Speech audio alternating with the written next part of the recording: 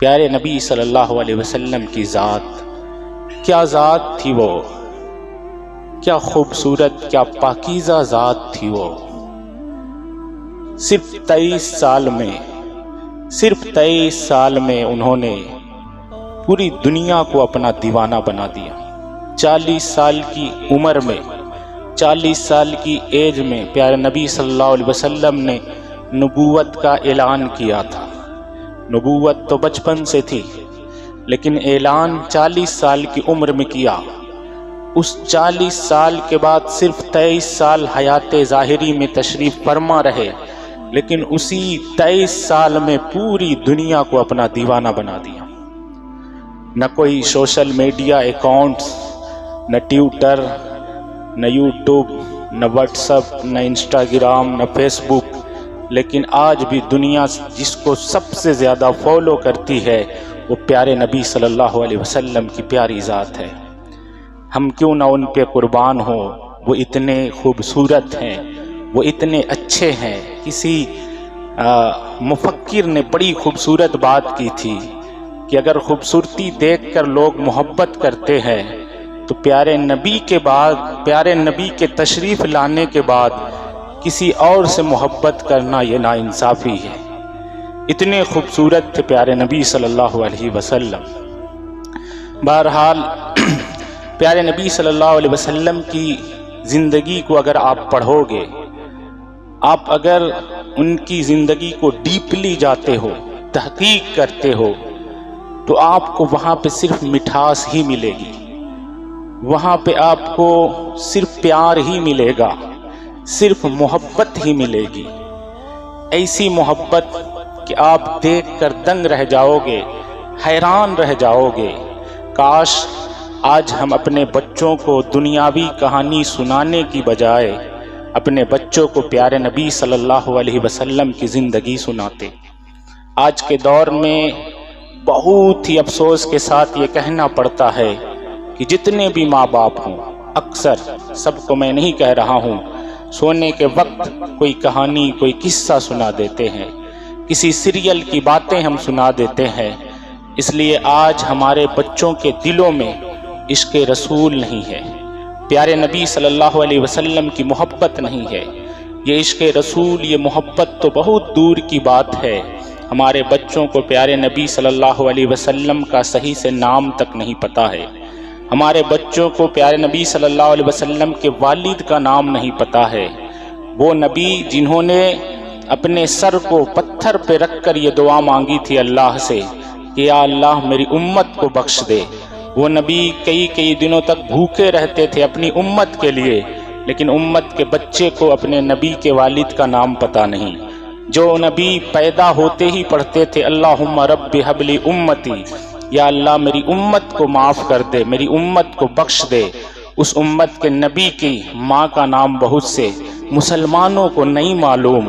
اس سے پتہ چلتا ہے کہ ہم کتنے فکر مند ہیں، یا ہمیں کتنا احساس ہے اپنے مذہب کو لے کر، اپنے پیارے نبی صلی اللہ علیہ وسلم کو لے کر۔ وہ پیارے نبی جن کے بارے میں بتایا جاتا ہے کہ جب پیارے نبی صلی اللہ علیہ وسلم ہجرت کر کے مدینہ شریف کی طرف تشریف لے جا رہے تھے، ایک انسان جن کا نام بریدہ اسلمی رضی اللہ تعالی عنہ ہے، بعد میں صحابی بنے، اعلان کیا گیا کہ جو محمد کو پکڑ کر لائے گا اسے 100 سرخ اونٹ سے نوازا جائے گا۔ 100 سرخ یعنی لال اونٹ دیا جائے گا۔ سرخ اونٹ کا اس وقت بڑا رواج، عروج تھا، کافی مہنگے ہوتے تھے۔ ایک چیز ہوتی ہے، ایک نارمل ہوتی ہے، ایک ہائی کوالٹی کی ہوتی ہے۔ گاڑی بہت سی ہوتی ہیں، لیکن مرسڈیز اور یہ ساری چیزیں ایک اوپر کی گاڑی ہونا ایک الگ بات ہے۔ تو اونٹ بہت ہوتے تھے، لیکن عرب کا جو سب سے کوالٹی اور ہائی کوالٹی کا اونٹ تھا اسے لال اونٹ کہتے، سرخ اونٹ، اسے دینے کی بات کی گئی۔ سب لالچ میں آ گئے۔ بریدہ اسلمی 70 آدمیوں کے ساتھ گئے۔ وہ نبی، پیارے نبی صلی اللہ علیہ وسلم جن کی باتوں میں اتنی مٹھاس کہ صرف نارمل بات کر دیتے تھے لوگ کلمہ پڑھ لیتے تھے۔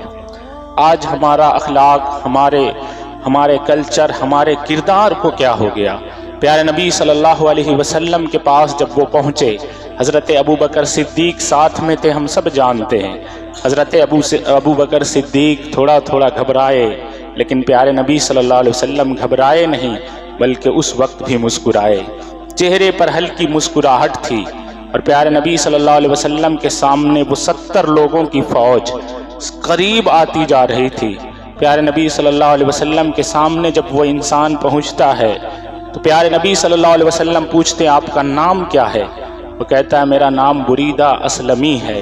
پیارے نبی صلی اللہ علیہ وسلم حضرت ابو بکر کی طرف مسکرا کر دیکھتے ہیں اور کہتے ہیں گھبرانے کی ضرورت نہیں ہے، برد کا مطلب ٹھنڈا ہوتا ہے، کا معاملہ ٹھنڈا ہے، کوئی معاملہ پیچیدہ نہیں ہے، گرم نہیں ہے، معاملہ ٹھنڈا ہے، اس لیے کہ اس آدمی کے نام کا مطلب ہی ٹھنڈا ہے، اطمینان والا ہے۔ وہ آدمی بھی تعجب کرتا ہے یہ کیا کر رہے ہیں۔ آگے سے پوچھتے ہیں کہ تمہارا خاندان کون سا ہے؟ وہ کہتا ہے کہ میرا خاندان بنو اسلم ہے۔ پیارے نبی صلی اللہ علیہ وسلم پھر مسکراتے ہیں اور کہتے ہیں کہ اسلم کا مطلب سلامتی ہوتا ہے، سکون ہوتا ہے، شانتی ہوتا ہے، یعنی مطلب یہ ہے کہ یہاں پر کوئی تناؤ نہیں ہوگا، یہاں پہ کوئی تکلیف والی باتیں نہیں ہوگی، یہاں سلامتی ہی ہوگی۔ وہ انسان جو ابھی دشمن بن کر آیا تھا اس کے دل میں پیارے نبی کی بات اتر رہی ہے، اس کا دل پگھلتا جا رہا ہے، صرف نارمل بات کی ہے، اس نارمل بات میں بھی وہ پیار تھا، وہ محبت تھی۔ وہ کہتا یا رسول اللہ دیر کس بات کی، مجھے میرا حصہ دے دو، آپ اپنے ہاتھ پر مجھے اپنا ہاتھ رکھ کر کلمہ پڑھا کر مسلمان کر دو۔ جن کی نارمل باتوں میں اتنا پیار ہو کہ جو دشمن بن کر آیا وہ ان کا دوست بن جائے، کلمہ پڑھ کر مسلمان بن جائے۔ میں نے پہلے بھی آپ کو بتایا تھا کہ کیا اخلاق تھا ان کا۔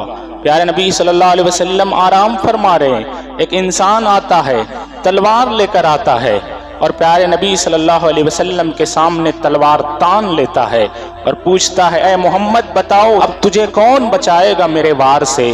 پیارے نبی صلی اللہ علیہ وسلم نے صرف ایک جملہ کہا تھا کہ میرا اللہ مجھے تمہارے وار سے بچائے گا۔ اس جملے میں اتنی طاقت تھی، اس کے اندر یقین اتنا تھا کہ وہ تلوار زمین پر گر پڑتی ہے، پیارے نبی اس تلوار کو اٹھا لیتے ہیں اور پیارے آقا صلی اللہ علیہ وسلم فرماتے ہیں اب بتا تجھے کون بچائے گا؟ وہ کہتا ہے میرا تو کوئی نہیں ہے، آپ ہی مجھے بچاؤ گے۔ پیارے نبی نے کہا چل کلمہ پڑھ لے، میں تجھے کچھ نہیں کروں گا۔ اس نے کہا نہیں کلمہ پڑھتا ہوں۔ پیارے نبی صلی اللہ علیہ وسلم نے کہا نہیں پڑھتا ہے چل جا، پھر بھی تجھے میں نے معاف کر دیا۔ یہ پیارے نبی صلی اللہ علیہ وسلم کی ذات ہے۔ جب اس نے اتنا سنا تو کہا واقعی آپ سچے ہو، آپ زور زبردستی کسی کو کلمہ نہیں پڑھاتے ہو، آپ سروں پہ راج نہیں کرتے ہو، آپ دلوں پہ راج کرتے ہو۔ پھر وہ خود بخود کلمہ پڑھ کر پیارے نبی صلی اللہ علیہ وسلم کا مسلمان ہو جاتا ہے۔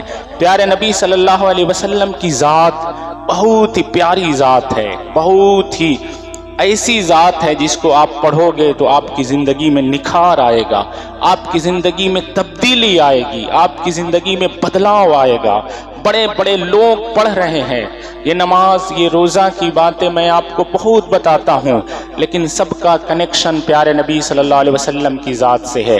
جب تک آپ کے دل میں پیارے نبی کی محبت نہیں ہوگی، جب تک، اور محبت کب ہوگی؟ جب آپ ان کو قریب سے جانو گے، جب آپ ان کو پڑھو گے۔ ہم دنیا کے بڑے بڑے فلاسفر کو پڑھ رہے ہیں، بڑے بڑے اسپیکر کو پڑھ رہے ہیں، بڑے بڑے موٹیویشنل اسپیکر کو دیکھ رہے ہیں۔ کاش اپنے نبی کو آپ پڑھو، اپنے بچوں کو پڑھاؤ، جو بھی نالج آپ کے پاس ہے وہ اپنے بچوں کو ضرور دو۔ اگر ایک کرسچن نے کہا تھا کہ مسلمانوں کو ختم کرنا ہے تو ان کی قرآن کو ختم کرو، نماز کو ختم کرو، ان کو مار دو، کچھ نہیں ہونے والا ہے، ان کے دل سے نبی کی محبت نکال دو، یہ خود بخود ختم ہو جائیں گے۔ آج یہی ہو رہا ہے۔ پیارے نبی صلی اللہ علیہ وسلم کی محبت اپنے دل میں پیدا کیجئے۔ حضرت عمر رضی اللہ تعالی عنہ سے پیارے نبی نے پوچھا تھا اے عمر سب سے زیادہ کس سے محبت کرتے ہو؟ تو حضرت عمر نے جواب دیا تھا یا رسول اللہ اپنی جان کے بعد آپ سے سب سے زیادہ محبت کرتا ہوں۔ تو پیارے نبی صلی اللہ علیہ وسلم نے جواب دیا تھا عمر اب بھی تم ایمان کے اس درجے پہ نہیں پہنچے ہو جہاں پہنچنا چاہیے تھا۔ اور سنو عمر، ایک مسلمان اس وقت تک کامل مومن ہو ہی نہیں سکتا جب تک اس کے دل میں خود سے، یعنی اپنی جان سے بھی زیادہ، اپنے ماں باپ سے بھی زیادہ، اپنی ہر چیز سے زیادہ پیارے نبی صلی اللہ علیہ وسلم سے محبت نہ ہو جائے۔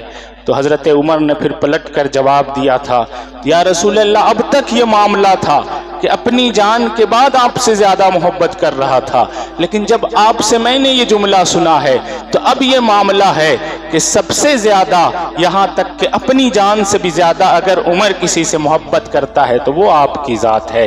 پیارے نبی نے فرمایا تھا آپ کامل مومن ہو، آپ مکمل مومن ہو، تو اپنے بچوں کو پڑھائے، آپ اپنے بچوں کو بتائیں آپ کہ پیارے نبی صلی اللہ علیہ وسلم کی کیسی زندگی تھی، پیارے نبی صلی اللہ علیہ وسلم کس طریقے سے لوگوں سے پیش آتے تھے، ان کا رویہ کیا تھا، ان کا اخلاق کیا تھا۔